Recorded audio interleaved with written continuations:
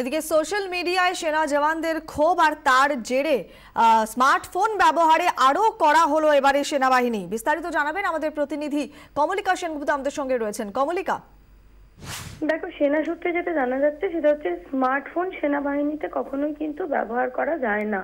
Smartphone ব্যবহারের উপর একটা নিষেধাজ্ঞা সেনাবাহিনীতে বরাবরই জারি করা আছে যবে থেকে স্মার্টফোন এসছে।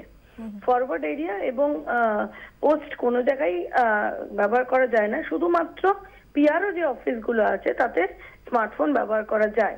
গত 4-5 দিনে যে সমস্ত ঘটনা ঘটেছে তার পরিপ্রেক্ষিতে সেনাবাহিনী সূত্র থেকে যেটা জানা যাচ্ছে যে স্মার্টফোন কোনো জায়গায় যাতে ব্যবহার না করতে পারে জওয়ানরা বা সেনাবাহিনীর অফিসাররাও, সেই জায়গায় কিন্তু কড়াকড়ি করা হবে। এবং স্মার্টফোন ব্যবহার মানে ফোন ব্যবহার করলেও সোশ্যাল মিডিয়াতে যাতে তারা বেশি না থাকতে পারে বা ঢুকতে না পারে তার উপর কড়া নিষেধাজ্ঞা রয়েছে, তার উপর নজরদারি চালাবে সেনাবাহিনী।